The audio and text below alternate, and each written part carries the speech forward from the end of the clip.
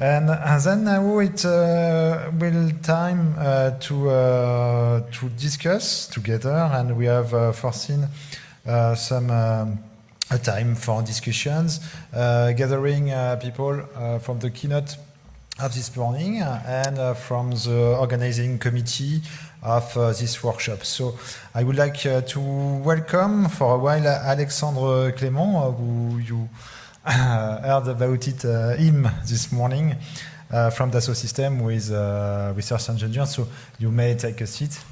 I would like also to welcome Eric Pekrit, with a researcher from Wageningen University, and is the project manager of the Agro-Food project. Also Christophe TISSIER, who has a keynote speech at the beginning of the afternoon. Marco Medici, who is associate professor at the Polytechnique Institut of UniLaSalle.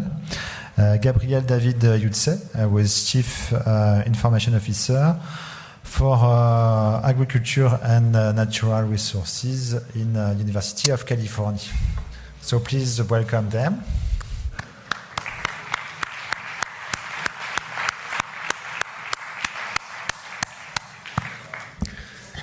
And before talking and having some nice discussions, we would like with Stéphane. With Stéphane to make a short introduction, because what we want to do is to talk about technological transfer and open science. And we would like to show you some development about the Robotics Association and the great challenge and all the opportunity we have taken as initiative in the French system. So we're going to start with Stéphane. Thank you, Roland. So thank you for being with us today. And so I'll take about maximum 10 minutes to talk a little bit about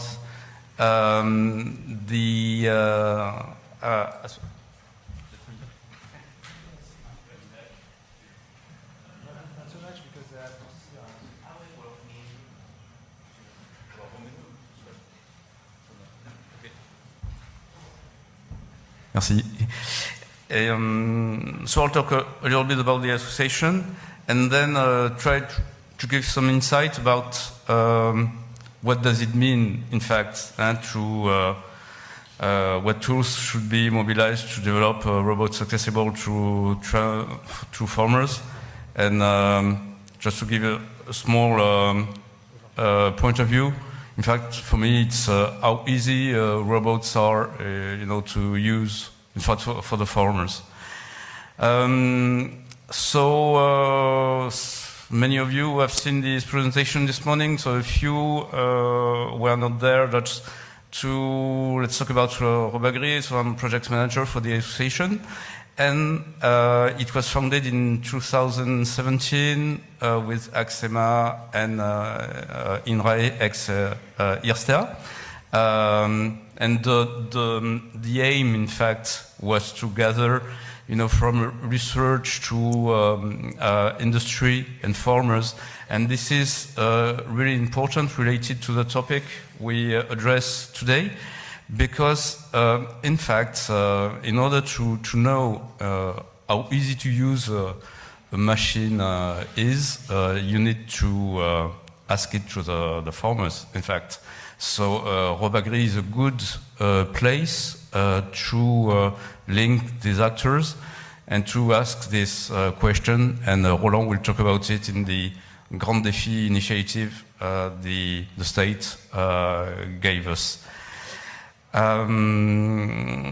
So as chairman also to say it, because it's very important, the Kuhn Society, Kuhn Company, we had Jean-Michel Lebars at the beginning, and then Christophe from Agriculture is the chairman. Our main action at the beginning was related to norms, and also the fact that we made some proposal to the French state in 2020, and so that we could deal with the state and this was the first recognition. So we've got eight missions ranging from testing robots and through technical groups, and also through going through the farmers' needs. I'll go a bit far on this. Then our members from the machinery sector, ranging from big companies that you know and see. I talked this morning about ACO, France Pulvé, Pelenc, and Manitou, and many companies, and Kuhn, I said. Also suppliers, usual suppliers you saw SICK, IFM, and IDAC, Actia, and EDIS from the energy sectors. As well as research member, which is a wide college. And this is the farmers' college. It's the smallest, and that's the reason why we want to increase it. Our member solution, when you look at it, as you know, robotics started in cattle breeding. So we've got solution from Gentil, Kuhn, Manurob, and the reason why, because the work was painful, in fact, and a lack of people to work. So you can see this solution.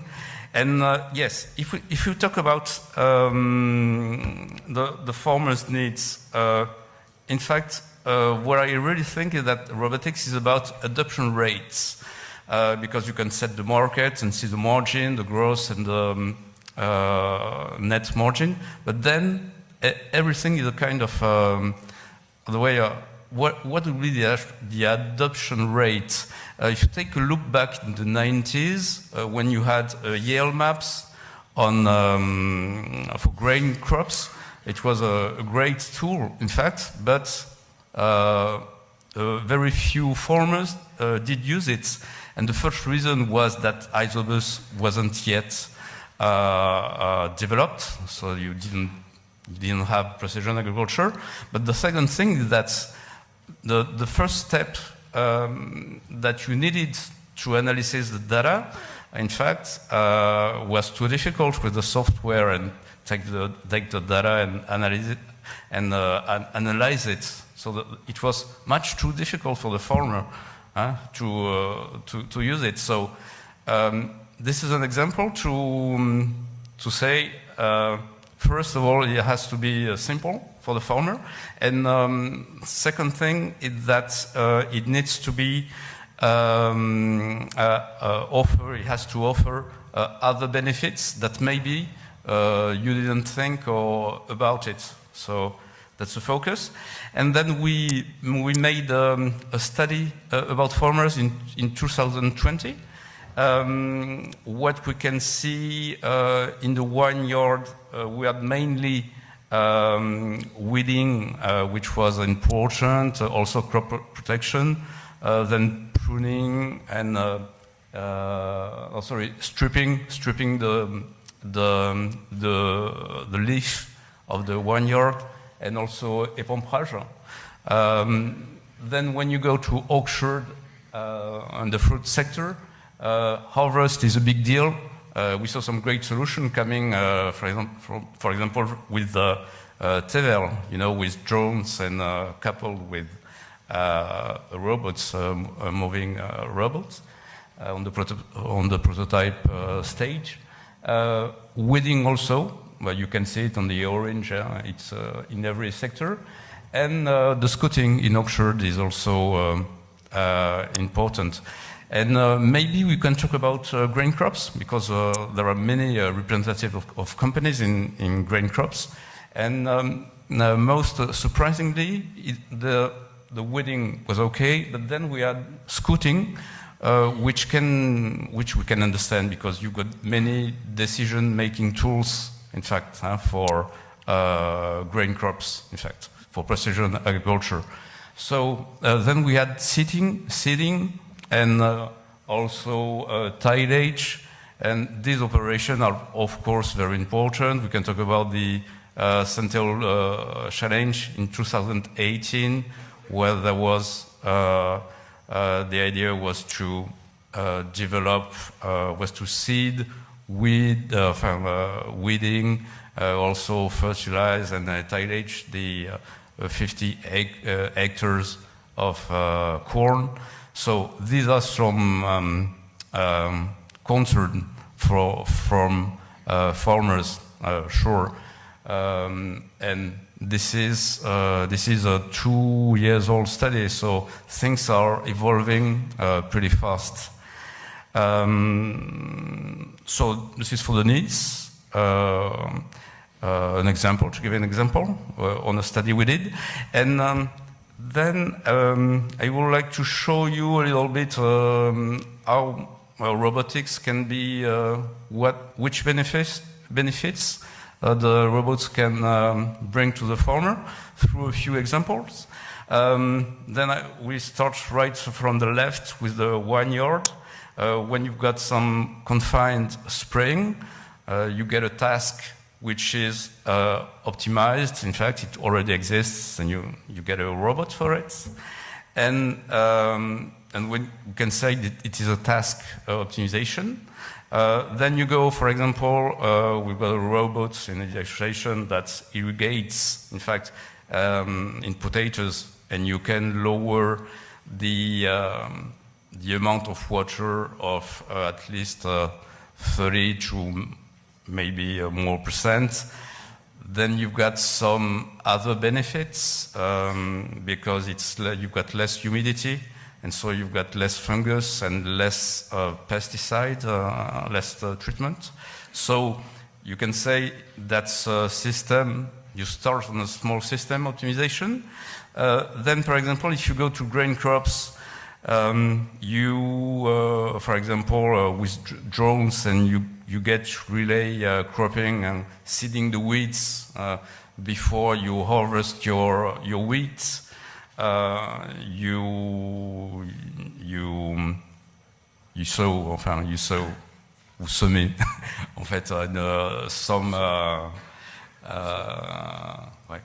some seeds for in the existing crop before you harvest it, and you can also spread the trichogramma. So this is a kind of also system optimization. Also the same for vineyard, the one at the bottom. In fact, if you're in a controlled natural grass strategy, then you've got less development of your vineyard. This is, and then you get a kind of a good impact in your system. To finish with orchard, which is the one that for me is a total reconception of the system with the fruit wall. When you had 15 years ago this approach to align your trees for the robot not to be bothered, by the leaves, so you reconcept your system. So this was an example to show how it can be, how robotics can play on the production system. And this is also an example to say that nowadays data is important, so you get the application, the crop system, then you make the economic and environmental balance, and with scouting. Thank you for your attention.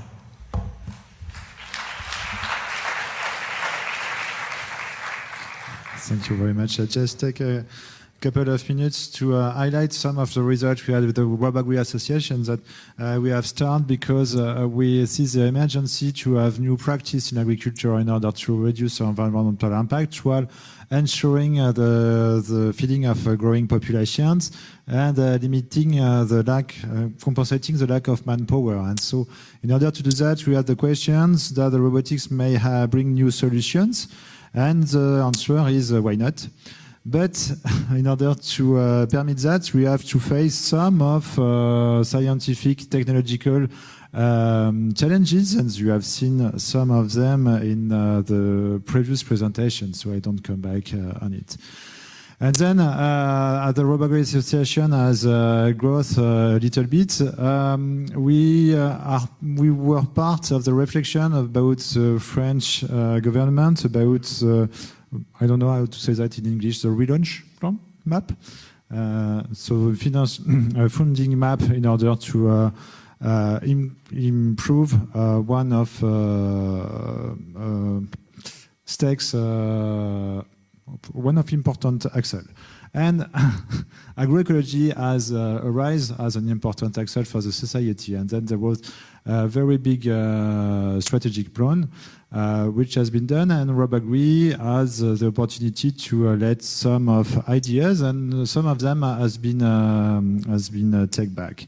And then we were at different levels, so at the scientific level, at the technical level, and at the societal level. And some of examples of starting new activities are then. So first of all, we are involved in a priority research plan, which is called agricultural digital agriculture and numérique.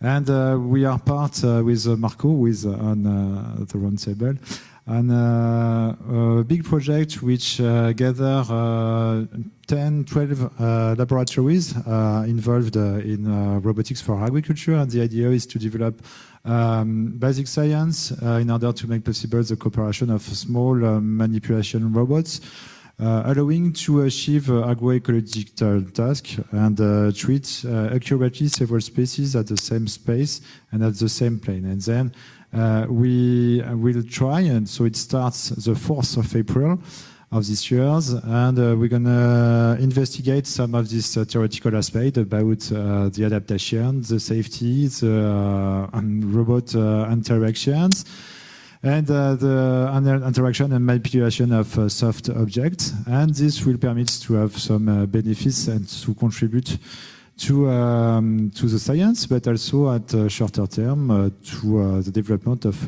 new robots. Robagri is very much involved in the Grand Challenge because it manages it. So this is the coordinator of the Grand Challenge. The Grand Challenge starts on what are the conditions in order to permit of the agro-robotics to be usable for farmers and agroecology. And then it is organized as follows. It is funded at the level of 21 million euros. The objective is to show that we are able to achieve agroecological crop cycles using robotics. And so there will be a periodic challenge, periodic achievement of agroecological cycles using robots. But for that, we have to reinvent, to redesign the itineraries. So there is a project attached to that in order to develop new itineraries, and also specific itineraries on a specific call for project. So in order to make it possible, it has to be done on a specific infrastructure. So we will design, so we will gather, in fact, because it already exists, a network of infrastructure tests in order to permit the cycles to be done. For that, to show the interest, we will have to develop a specific action about development of assessment metrics. In order to help the achievement and the rise of new robots, we will also develop a common platform, a common development platform, so that is to say GitLab, simulation tools, database, which will be uniformized, standardized. Well, we will develop standards about that in order to allow the sharing of these informations. Of course, in order to make it possible, we have to develop standard security elements and to share it. And also a very important thing to be usable is to develop interoperable communication interface, a common joint interoperable communication interface. And all these axes will be based, will be coordinate with the animation task about normative action, about agriculture, thinking about agriculture transformation, development of think tanks, development of hackathons, and so on. And there will be also specific call for projects. And so there is also, Robagri has also work on proposal about prototypes and maturations, and he has been involved in the creation of the Tyrex platform, which is held at Montagne, on the Agrotechnopole of Montagne. And Tyrex is funded by the French National Research Agency on a big robotics program, and we have 700,000 euros to buy and to share several kinds of robots. And the idea is to develop a vivarium of robots, so share different kinds of platforms. And we are, Robagri is also at the origin of call for funding maturation project, and some of people in the area had some funds thanks to that. So Robagri has work a lot in order to permit to gather scientific topics, technological topics, to get back the needs from the farmers, from the technical institutes, and then to make it work all together. And what we would like to discuss today is what tools should be mobilized, what can we develop more, in order to permit to the society to benefit from new agricultural robots that are usable and are actually useful for people to improve the reduction of environmental impacts and the workload and so on. So thank you, let's start. So as I know, in fact, Alexandre, you have to leave us a little bit early, and thank you for staying so long. And so I will, we're gonna start with you, in fact, and I would like to know, regarding that, what we have seen this morning about virtual reality tools. I don't know if it's the correct termination, sorry. It's a good thing in order to, for the design, for the maintenance. Do you think that this kind of tools may help farmers, people, society, to foresee what could be the world using robots, and to permit to take part of that and to be familiarized with that? It doesn't work? Yeah, I think. Yeah. Well, yeah. So I think that virtual world, and for the aspect of training, could be very efficient for this kind of situation, because imagine that we can create the scenario and interact with it. So all your environment is created, and you want to, I would say, train someone, and you can step by step pass some exercises and create his own path of training sessions. And after that, I would say that this kind of approach, which is actually user-friendly, could be very great for this kind of people also. So they can learn easily, and after that can be autonomous on the field. So yeah, I think. Do you think? Sorry. Do you think we can use it also to make participatory science? That is to say, farmers try some new robots, potential robots, and they say, okay, it must be designed not in this way, but further in this way, and so on? Yeah, it's a good question. I think it might be a question of rules inside the way. So I don't know if the farmer can do this kind of things exactly and address this subject directly, but he can be assisted by someone more technique, maybe, and yeah, do correctly his job after that. Thank you. So we should accompany. Sorry for my English. Assist. Yes. Assist farmers to the design and to use virtual reality tool. Yeah, I think because it's a job. And, it's a hard job. Yeah. Okay, and this is interesting for the farmers. Maybe I look at Christophe. It could be also interesting for safety reasons. Do you think? What is the feeling of the CEMA about virtual testing and virtual validation of safety or integrity? Do you have think about that already? We have already for, let's say, conventional tractors the possibility to use virtual testing. So in the future for autonomous tractors, this could be still present. And actually when there are some technical solutions and the way actually to validate actually some technical solutions, we are always open, and as long as the result in practice shows it is let's say valuable and representative of what would happen in reality, of course, we are welcoming that. Okay, and so this morning, this afternoon, you have seen that you have produced 123, so 123,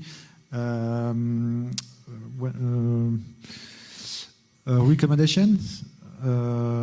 Well, then you mention the catalogue of agro-food. Yeah. So it was some solution which were validated through the network of agro-food. But unfortunately, I cannot talk a lot about it because I'm really reporting the activities where we are also involved. But yeah.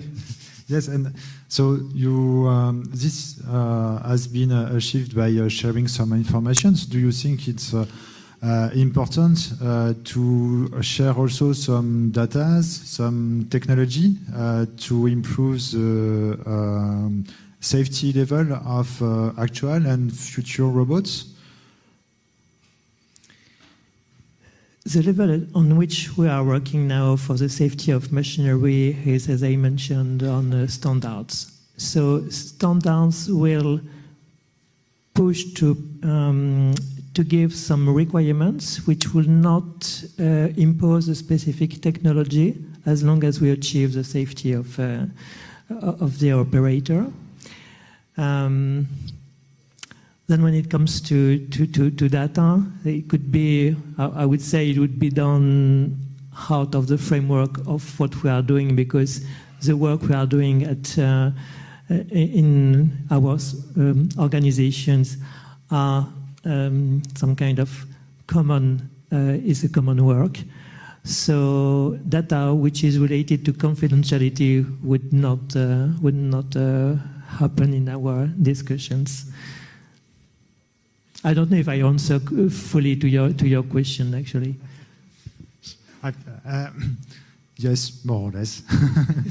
But because in Robotique, so personally, I believe that we are stronger together, of course, and there is oftenly the frontier between what can be shareable, what should be from each of designers, of constructors. And it's not so easy to find the limit between what is shared, what is common, because important or difficult to develop, and what is on the on-site. But maybe it's a problem that you have also in agro-food project. I don't know if these questions arise in agro-food network, Eric? Shall I answer? Sorry. Question to me? Yeah. Sorry. Okay. Yeah, so I think it's at least agro-food is about sharing knowledge and ideas, good practices, money. So it's a test before invest, bringing people together, organize seminars, discuss on standards. So that's what AgroFood wants, but that's also what Robagri wants. So I think we have all a strong ecosystem throughout Europe, trying to connect to each other. And I think we are making steps, and that will help because it's a new area. The whole robotics fields in agriculture, we're just starting this up. And now we come to the phase that, it could be smart to have standards, of course, but it's not going that fast. So we are always leaning behind to the innovators when we would like to merge all things together. I think these platforms are really relevant to help. And another event is the Pitcher Robot event. We have 200K to share, prize money, so not very much asked for in return. So very much invited to join. And I think these kind of activities will definitely help and boost robotic initiatives. Robotic uptake is, I think, something different, but at least start something. And do you think there is a good collaboration between research, public research, private research, transfer, and in the European level or maybe in the worldwide level? Or do you think we have some steps to made in order to facilitate all the development way from pure research to commercialized marketing solutions? Yes, I think a lot of work is done on the fundamental research, and that goes quite well also to the startup companies and to more the RTOs, so the more applied research organizations. So that's going quite well, but now it comes to scaling and also to reach the end user. And these two things are, then it needs to come out of the technical domain, and you have really tried to engage with your end user, making things brilliant, simple, easy, convenient, so to unburden the farmer. And technicians are not very good at it. So I think it's very important at least that technicians have a lot of end user talks, at least 40. Just do it and try to learn. Why are they not using my robot? What is failing? We tend to do it from a technical perspective. Oh, I have an error there, and I have an error there. Oh, and my client wants this, and my client wants that, and I need to incorporate a lot of new technologies and functions. In some cases, that's not the question of the end user. He wants a brilliant, simple machine, can do a task. Price is not even an issue. It needs to unburden work, and I think technicians are not very good at it, and I think that's very important that you really have to engage with your end user and really try to find out what is hindering him to enable robotics. And in most cases, because my system is not ready, not convenient, and I think start there. So and that's one part. So the end user outreach. And then you have also money-wise for scaling. So we try to gather our money from the government. And the government with low TRLs, and in most cases, and want to jump high in innovation. But if you have already reached a certain level, which is quite close to implementation, you really should go for private money. And that will do a little pain. And then you will go there in the valley of debt. But that's very crucial, I think, to at least to reach the final client. So, there is a lot of investment power available, also from the US. You have to reach out probably from out of your own country, as France. But I think there are quite some funds available, also with the corporates. Perhaps you need to sell part of your company. Also not easy for startups. But I think these steps are really important to, at least at the end, to reach out to your final goal to make success and impact in the world. Okay, we talk about researchers, about constructors. We talk about the user needs. Beyond the user needs, maybe the user needs also formations, also to increase the level of formations. Do you think, I don't know who can answer in fact, do you think we need to change the contents of the formations of agricultural engineers and farmers in order to integrate the robots use? Is it difficult? Is it simple? Is it mandatory? Well, I think associations are very important, and also validation, independent validation is very important. Bring people together is very important. I mean, if a company presents a result, no one believes it because it's always brought with a lot of flowers, everything is fine, and we have great successes. So that's not very much trusted by the end user. So and that's the nice thing about bringing things together. And we had this morning also, we had a talk with Akuma. So they brought really farmers to a robotic, and well, just use it one day and you use it one day, and we travel from one to another. And let's see how convenient these systems are. And then immediately there are no technicians around the robot. When a company is trying to sell, a lot of technicians are around a robot. And I think we really need to try these steps. Bring this robot without technicians to an end user. Let's see what happens. I think these steps are not taken enough. Yes. And maybe Marcos, you have also an idea about that, because you are working on Polytechnique at Polytechnique UniLaSalle, so you have a lot of students. Do you think that you have to teach how robots works to future farmers and future engineers? Even if there is an importance of the interface, how do you manage that at LaSalle University? I will start by making a premise and a general observation, which is that it is hard for every person, including farmers, being able to make good sense decision using the data that is provided by any of the numerous monitoring technologies available. We have today a big opportunity, which is represented by robots. Robots can perform operations that are either to performed by farmers, that can be repetitive, hard, whatsoever. And but more importantly, they can not just collect data, but also interpret and make a decision in this sense.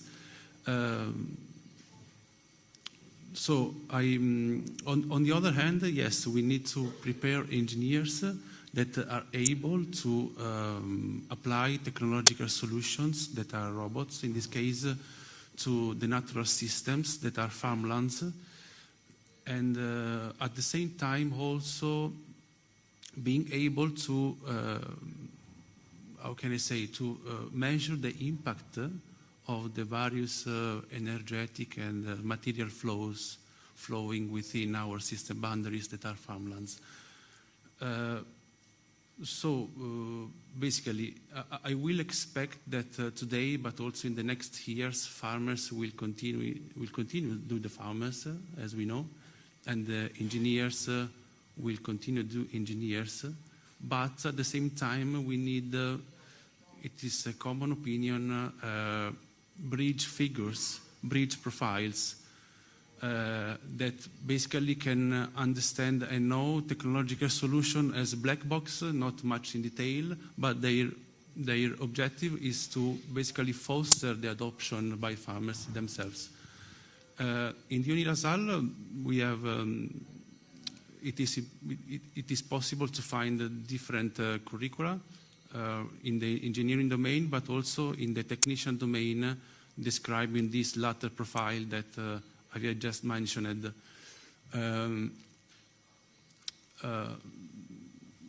So basically, yes, I see these options available. to solve my conflict of interest, I need to say that I was arrived in UniLaSalle in October, but this program was already available 1 year ago. So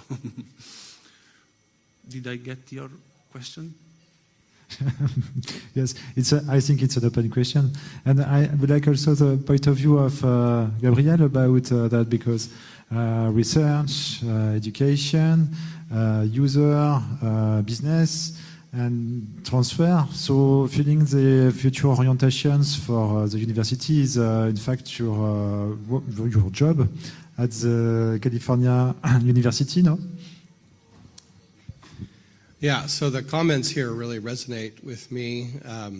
We have very similar issues between the development of robotics in Europe and the United States, where I work. I think some of the points that I think are important for us. One is that farmers could almost care less about most of the things we've talked about here today. They want to know that the technology works, that it's affordable, that it saves them time, that it saves them money, and it solves a real problem for them. And so I think the point about that's hard for technical people is absolutely right. And so we need these bridging organizations and bridging people, and that's sort of what my organization within the university does. On one sense, I mean, we actually are, there's academics and researchers out in the field who are working with farmers every day to translate very technical scientific topics into very practical either solutions or information. And there's a lot of demonstration going on. I think demonstration is really powerful in this context, as unsupervised by the technical people as possible. So that, the growers get a sense of how it works in real conditions. I know that's scary, I know, for the engineers who want it to be perfect and work out every bug, but it is really important to test, trial, demonstrate. I think those are the key words that I use oftentimes for the activities that are absolutely critical here, and that there's constant learning happening by the engineers and the technology developers, because they're just absolutely different languages. I mean, we had a conversation recently between AI researchers and really smart plant scientists, and they had absolutely no idea what the others were talking about. So these disciplines are starting to merge. It's going to take time. But the more we can get interdisciplinary teams working on these solutions sort of on the back end of the technology development, but then find those sort of bridging organizations and people that can try to start to build those bridges between the actual farmers, who will be your end adopters, and the supply chain companies that they rely upon. One other comment, too, to make about the third party. I agree that farmers don't trust startups. Farmers kind of maybe trust researchers a little more, but again, different languages. So they trust each other, first and foremost. They trust, so there are some people like our in U.S., our cooperative extension academics, they do sort of trust them too as well, because they're independent and they're not beholden to shareholders or the company performance or things like that. So finding those actors and finding those trust structures that we can build on is, I think, really, really critical for bridging the academic, to industry adoption by growers, and then partnering in creative ways, government, university, startups, and so that everybody can play to their strengths in supporting the development of the technology, and then demonstrating that to the grower is critical. You mentioned that researchers and users don't speak the same language. What are the levers we have allowing the end user and society in general to help researcher and to bring a better communication between researcher and society? That's, for example, using hackathon, thank you, Alexandre. Using a hackathon or using a special challenge or allowing all people in the society to contribute to some algorithm or to some database would be a good idea to improve the communication between researcher, industry, and user. Yeah, I think I really love the challenge model, and you can do it, at a very technical level. So it's sort of, kind of below the farmer and end user level, because frankly, these are very technical, highly technical concepts that we have to realize there's going to be many layers of technology development that have to happen, and some of those might be at a very detailed level where farmers don't need to really be involved. At the same time, we have challenges where a farmer might actually sort of lay out the problem at the front end, and then the technology developers, from either companies or student teams or research labs, get a real world understanding of what the problem is being faced, and then can start to design and engineer in different ways to that. I think the challenge model is very good. I do think it fosters understanding. Especially of the technology developers to the needs of the actual end users or farmers to the problem. So I think it's a great model. I've heard a lot of language and approaches like that here today in Europe that I'm pretty excited about, and I think there's some of that happening in the US too. And so I think we can build on that challenge model and keep working in creative ways to foster understanding and get kind of everybody working towards aligned goals for solutions. And do you have experience of the challenge, the other? Maybe Eric, of course, in the AgroFood project, you have a lot of things about that. Yes, we have many challenges, and it immediately generates a lot of traction. So we had our first open call at AgroFood, and we had 100 applicants, 100 consortia actually. So if you so that's all, my feeling was that's half of Europe working on robots for agriculture. So that's also the traction. So all these proposals were thinking of their solution being the best and getting the money. So unfortunately, we could only fund 6. So it was really, so that's why we actually started the Pitch a Robot event. So okay, if we cannot fund it via the European money, because we only could fund 6, let's try to get the private investors in. And we could, I think, invest another 6. Not very much from the 100, but at least the leftovers were the robots, which are pitchable, because most of the robots were very low TRL and sometimes not even trained in a relevant environment. So, but that's the other question. What I also would like to point is that you have different kind of end users you should also target. So you have the innovators, they are new. That's probably not your target group if you are a robot, because they want the maximum of the performance. They are handling solo, so it should be a solution for them and not for all the others. Then you have the early adapters. I think that's a very key launching customer for robot companies. So try to find those guys, the early adopters of new technologies, because if it works for them, it works for a whole other group. And that's not the case with the innovators. It should work for them and not for the others, because they would like to be unique. That's an innovator. So it's very key to target your good market. Then you have the late followers. They will follow. That's also not your target group. And then you have the stoppers. That's also not your target group. But to identify those early adapters as a target group for scaling is key. So that's why a lot of client talks are really necessary to identify the differences between clients and not go on your big friends, because that's probably an innovator. And should we have to fund these early adapters? What? Do we have to pay these early adapters? Yeah, sometimes you have to pay them. Yes. Yes, why not? And to do the work and to get their feedback, value them. Doing that, yeah.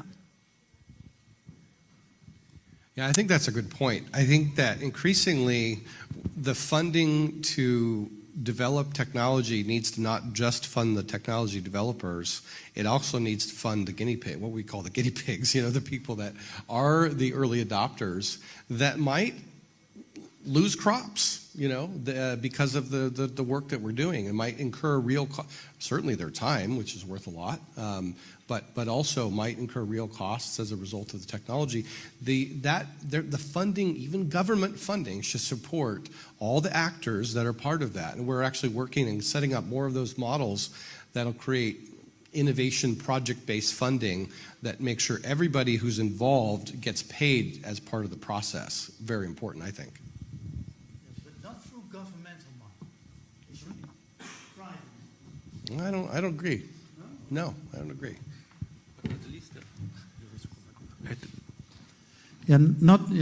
We disagree. I said not perhaps too much by governmental money, but do it also by private money.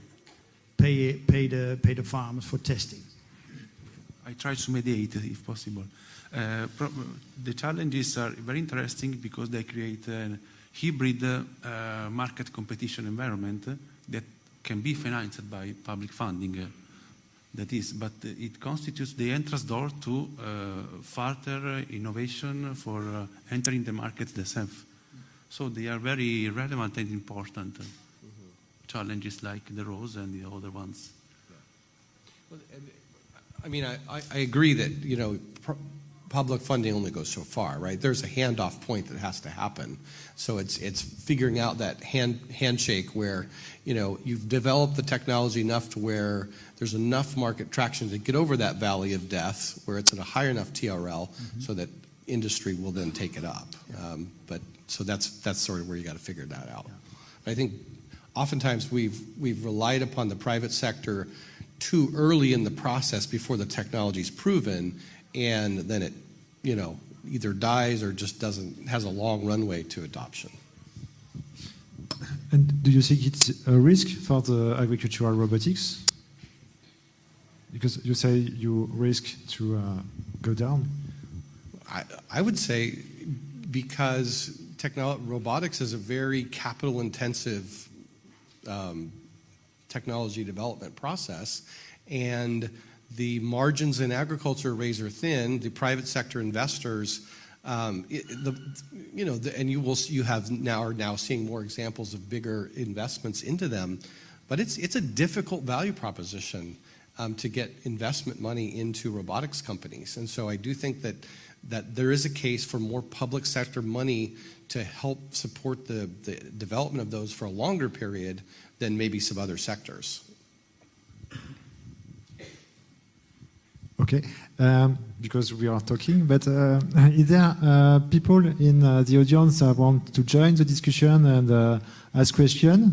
You have the chance to have very good experts and recognized people, so do not hesitate, yes? Export too. Hello, I'm farmer and I'm also engineer, so I can speak both sides.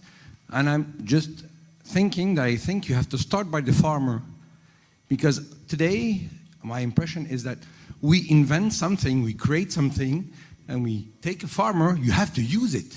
But that's not the real job. Mr. Farmer, what do you need? And I'll make it for you. So now you are the engineer, what are you making?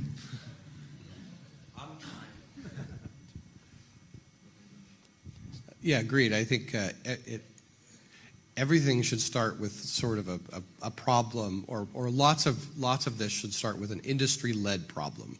And if there's a way to listen to the needs of the farmer, the industry first, and then build to that, and that sometimes we see it very often.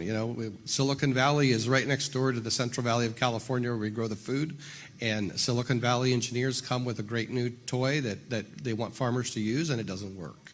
And so the ones that have been successful have been the ones that have either started with the needs of the farmer or let them, completely destroy their technology and say, you got to start over and do something different. So totally agree. Yes, and in the Netherlands we also did a research on startups, and we compared the success of the startup with the number of client talks they had, and that was a straight line. So I fully follow your idea. You definitely have to talk to the client and not go on the first one. But sorry. Yeah, I will maybe talk for the industry because, as I mentioned, as you could see on my presentation, there are many regulations to follow, many constraints to follow, and so the solutions which are brought on the machines are not necessarily what farmers would expect. Besides, I would have to say that sometimes these solutions generate an extra cost which is not minimal. So it has also an impact on farmers. This is the difficult balance to find when it comes to safety between the constraints we have from authorities, from testing labs. So highlighting actually there are some issues to cover, and then let's say the right balance for the technical solutions. Yes, this kind of question, we would like to address it in the great challenge of Robagri. And we have also, because we have some challenge and hackathon, but I would like to also ask you a question, in fact, because you talk about farmers. Do you think farmers are also ready to participate to hackathon? And you are engineers, so you have some knowledge in engineering and so on, but maybe all the farmers, it's not the case of all the farmers. Do you think the farmers are ready to go through hackathon challenges, participate to science, give their ideas, opinions? And then after you can ask another question. I have to tell you that the farmers are open-minded and they are ready for a lot of things. Today I'm in organic agriculture, so I'm looking for weeding. It's a good thing. And most of the young farmers, I'm still young, I think, they're looking at more environment action. So they're ready to work with people who are looking to help them. So everything, and we're open at everything. In the landscape, you'll find farmers that are still with their hat till their eyes and close to everything. But I think mostly the young farmers and the ones who are at school are also open for this. Yes, it is something that we find in the Global Food Project, asking farmers and having some requirements coming from the terrain. To be honest, not so much. So perhaps we are lacking there as well with AgroFood. So we focus very, very much on the ag tech community. Of course, we push the ag tech community that they should talk to the end users, that they should involve the end users. But yeah, to be honest, there are no farmer associations connected to AgroFood at the moment in that sense. Well, it's not completely true. We have a few, but we are not using them in that sense. Hello. Of course, farmers are prepared to be here. I think all the engineers, I will talk about mechanical engineers, electrotechnical and automation engineers, informatic engineers, those all should be humble. I'm an agricultural engineer, and I'm here with my friend Antonio, who is a big producer, vegetable producer in the north of Portugal, greenhouse producer. I've been meeting some companies or some small teams that are developing really interesting things in robotics, actually in Portugal, and also public institutes, universities. And I found really strange not to find in those teams agricultural engineers. Those are the ones who are all day on field. Those are the ones who use the language that farmers know. Of course, maybe 80% of Portuguese farmers, maybe the oldest one, doesn't speak English, doesn't speak French. I can speak English. Je parle français. Eu hablo espanhol. Português do Brasil. But Antonio, he speaks Portuguese. He speaks Spanish or Portuñol. That's his language. That word is already in the Spanish dictionary. Started this year. It's a mix between Portuguese and Spanish. And also in the United States, many times we don't know or don't think about it, that Spanish is the second language. So, Antonio, if you don't speak English or some farmer doesn't speak English, in the United States maybe he can speak Portuñol, a mix of Portuguese and Spanish. So, thank you for your attention. I'm Sergio Mateus. I'm in Portugal. I can be useful, I suppose, for you, for all these supply chain companies that should listen to farmers. Big hug for you, my colleague, I suppose agricultural engineer too, and farmer. Here we are the two, not two. You are 2 in 1, we are 2. But I think this is the way. I have some colleagues that doesn't really know how to talk with farmers. Last year,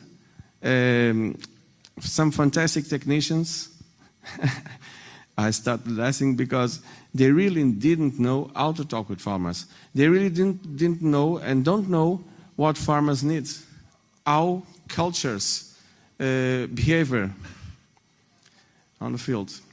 So this is a suggestion. I will come here in the next edition, and I hope to see farmers, even if they doesn't understand some technical language. I will be here to translate. That colleague, I suppose, also. And good luck for everybody. Wageningen. I worked in Wageningen. Did you find farmers? I missed a lot. Yes? Oh. Luis Fresco was my colleague in the other room. Big hug for her. Tell her that Sergio sent a big kiss. And I'm seeing that in the United States you also think well. That's why you have a lot of success. So you have to learn with each other. Thank you very much. Okay, thank you. Thanks for your testimony. So, according to you, we have to integrate more agriculture farmers in the research. So maybe we have talked about challenge. Do you want to add something? Yes. Well, I'm working for the CEMA, the French cooperative for use of agricultural machinery. So farmers, my bosses are farmers, and they have emerging questions indeed. They are asking themselves when robots are coming, well, how will be the organization of CEMA with such new tools? Today, farmers are using and sharing tractors, they are sharing combine harvesters, but they ask themselves how will we organize when we will to manage with a robot. It's a lot of technology today. You said that, I'm okay. And they are a bit afraid of technology. So they need very simple tools. They need to be able to repair it. They need, as we have seen that this morning, it was very good testimony in Indonesia, for example. So they ask themselves what will be the future for machinery. And robots, is the future of, a part of the future of machinery, of course. So they have emerging questions. But, well, farmers in France have questions about robotics. They have needs. Their needs, one of their main needs is to not to spend too much time on the tractor. they want to save time. Thank you. Any comments about this testimony? In fact, farmers need robots, but they need to know how they can use robots. Maybe there is some initiative such as Grand Challenge, because there is a challenge and new itineraries, construction, buildings, research, and so on. But in fact, we need some places in order to allow the debate between researchers, engineers, farmers, and so on. What can we design in terms of tools? Is it a hackathon or is it forums such as we are doing today? Is it virtual forums? Because we can extend this forum of 3 days in presence. We can extend this forum by sharing ideas, sharing testimony in virtual. What are the tools we have to invent, to develop in order to allow the communications between all of us, according to you? Yeah, well, it's true. So these are different worlds, and especially when you are at a technical university, technicians first ask what is the specification. And if you ask such a question to a farmer, specification, what is specification, what kind of specification? Well, he starts asking questions. But of course, we have a seasonal crop, which depends on the weather, which changes all the time. So I fully agree that you need, you need a lot of client talks to really understand agriculture.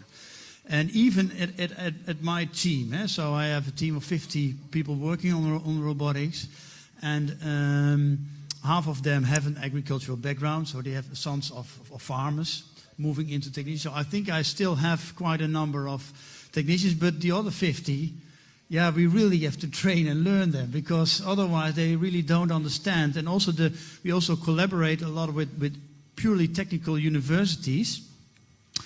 And it already starts with a field. So if you would like to test something, you need a field.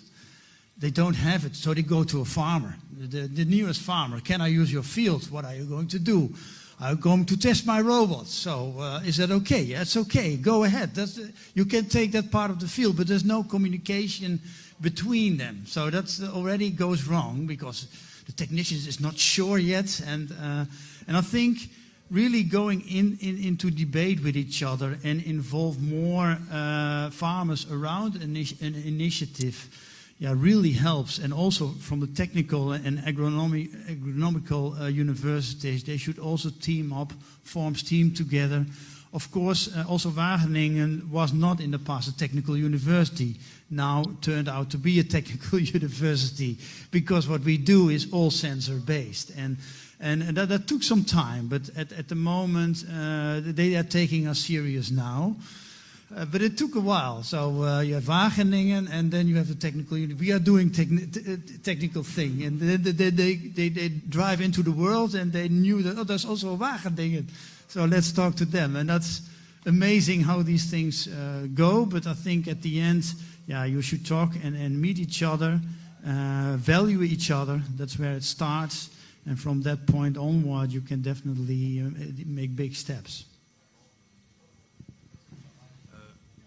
Just maybe to say we're on the good way concerning this side, as we started in the great challenge to gather agronomists, also machinery sector, also research, and I very much agree on all about that was said, that about the need of agriculture, and what was it really interesting when you talk about letting a machine to a farmer without any technician. And very good idea. I think this notion of putting together highly interdisciplinary teams, agricultural engineers are a good example of a very long-standing discipline that's been in the world for a while, that brings engineering and agricultural sciences. There's not enough of those, and we need to actually enlarge the space so that other mechanical engineers who frankly knew nothing about agricultural engineering when they went into the discipline but are interested now in solving agricultural problems can come to the table and work with a plant scientist, to work with an economist, and put together the teams that ultimately will create whole solutions. And those can come together in challenges. Those can come together in full degree programs. They can come together in many different ways. And we should keep fostering those models, across Wageningen and the technical universities, across UC Davis and Stanford University, in the United States as examples, but really continue to foster those, especially with people who don't come from agricultural universities. They actually have a lot to bring to bear to the problem if they understand it. And that's where the agricultural universities have a lot better connection to the clientele, and can foster some of these relationships and projects.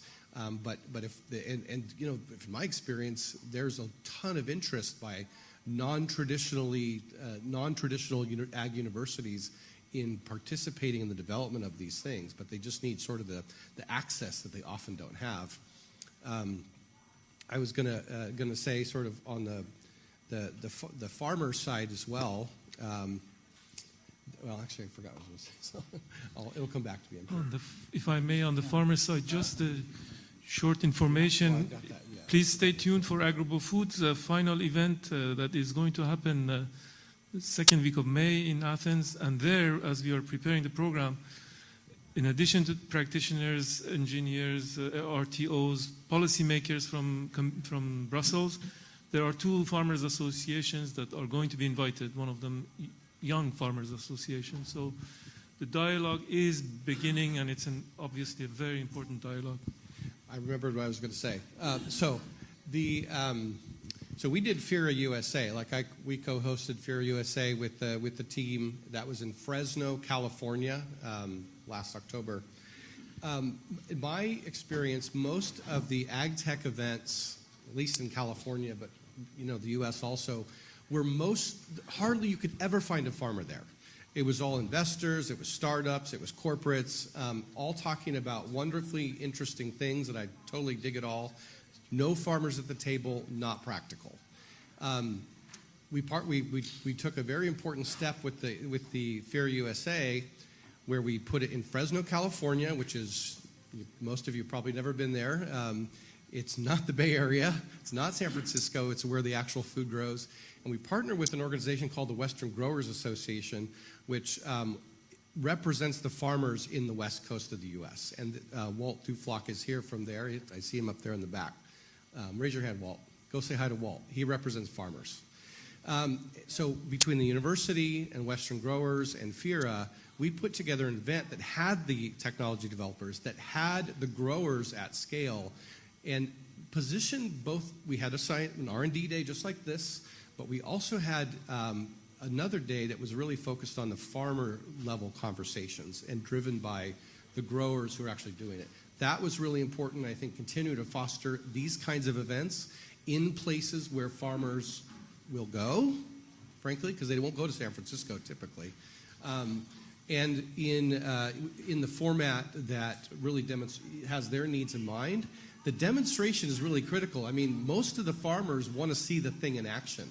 They want to have very little talking and actually see most of it actually working in the field. So we did a lot of that, and I think that this event is supposed to help to do that as well, so we should see that in the next couple of days. Okay, so the time is running. Maybe we can take last question, and after Robagri is offering you a drink. I don't know where it is exactly, but straight. And so in order to deserve totally this drink, so we take a last question? Yeah, thanks. I'm just going to go back to the one comment that was made about supporting the early adopters and in that stage. Like, I consider myself an innovator, so you don't need to convince me to take the technology, but there's a real lack of support for farmers to de-risk the adoption of this technology. And a lot of the stuff that we heard today, I've heard, for myself, it's interesting to me, but a lot of farmers won't write a check for it because it's not relevant to them. And one of the concerns that I have, and I'm going to maybe challenge you guys a little bit, you know, there always seems to be yet another new organization, yet another cluster, yet another organization that seems to be gathering up money. And those organizations, they tend to foster new innovation, but we haven't actually finished the adoption of the old innovation the first time. You know, so like weeding robots have been around for quite a while now, but we're not seeing them everywhere. So are you concerned at all that, you know, new funding rounds and new organizations and new groups are just going to encourage universities and researchers just to innovate new ideas, which is great and everything and wonderful, but it doesn't actually help the adoption of the technology that's already been developed, because it sucks money out of that ecosystem, and that money goes into the research side and not into the adoption side?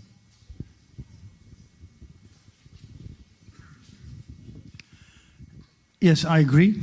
So I think I already explained that. I think the problem at the moment is scaling and the adoption and really reaching the end user. So a lot of effort should go there. I'm not sure if it's public funding. It should be supported.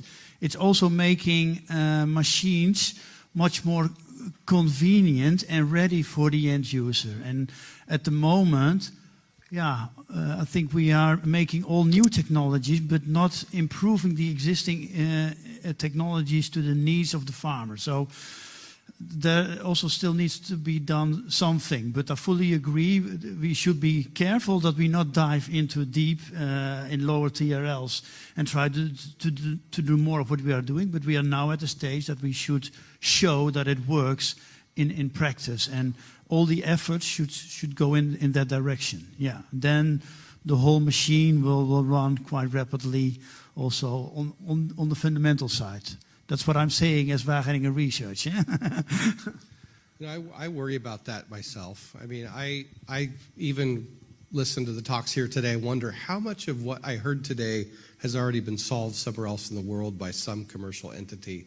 I don't know the answer, you know, oftentimes to the question. I will say that,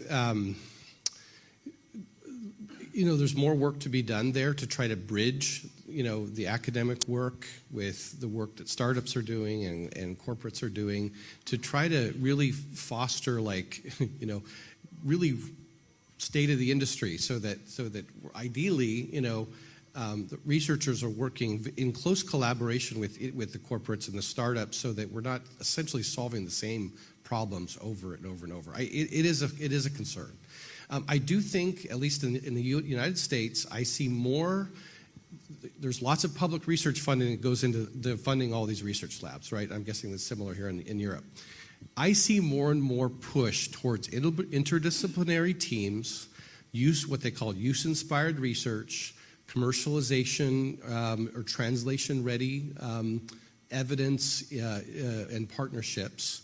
I see the federal government pushing for that more and more in the funding that goes to the research labs. And I think that's a good thing, and I think ultimately over the long run, it's going to address those kinds of issues by essentially forcing the researchers to ensure that their use cases are commercial ready and they have partners ready to work with them to translate them into commercial context over time.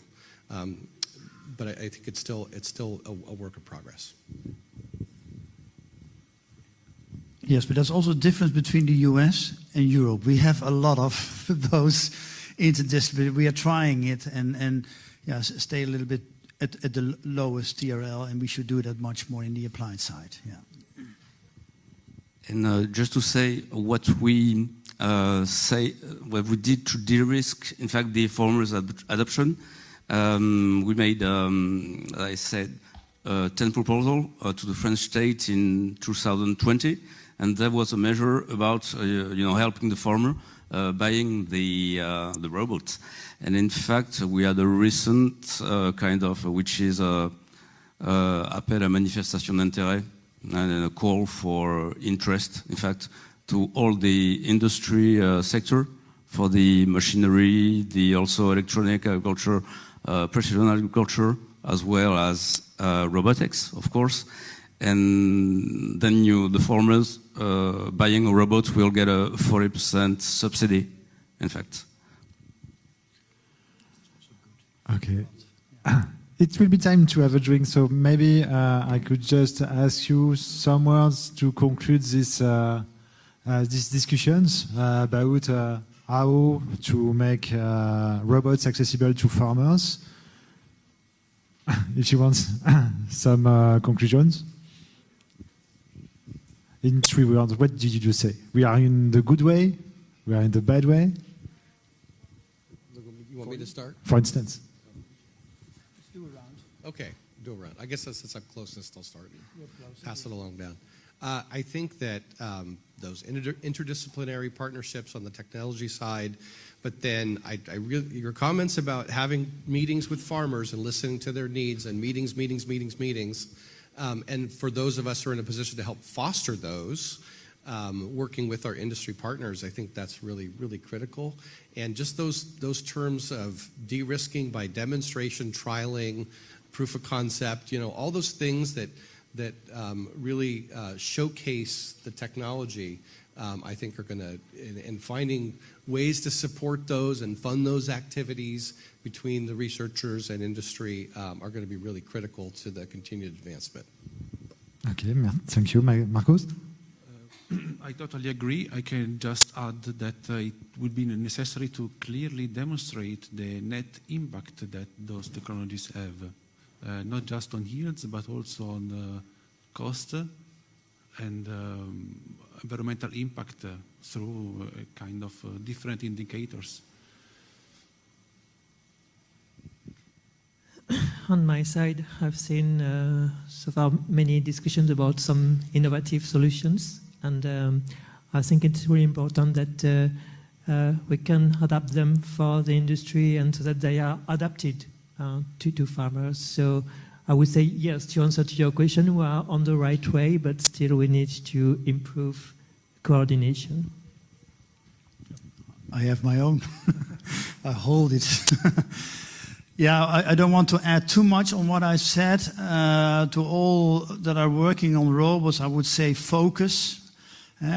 Also focus on your market niche first. So don't try to do all the crops at once.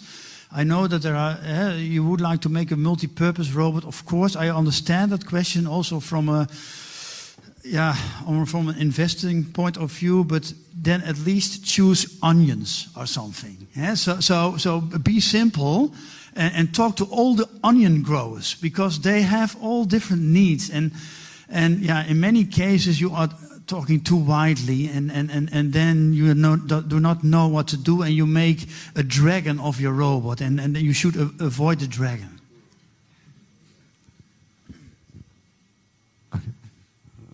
I very much agree, and this is a working in process, and all the actors. You have to link all the actors, of course. Okay, so this will be the end of the discussion. Let's thank our speakers and participants.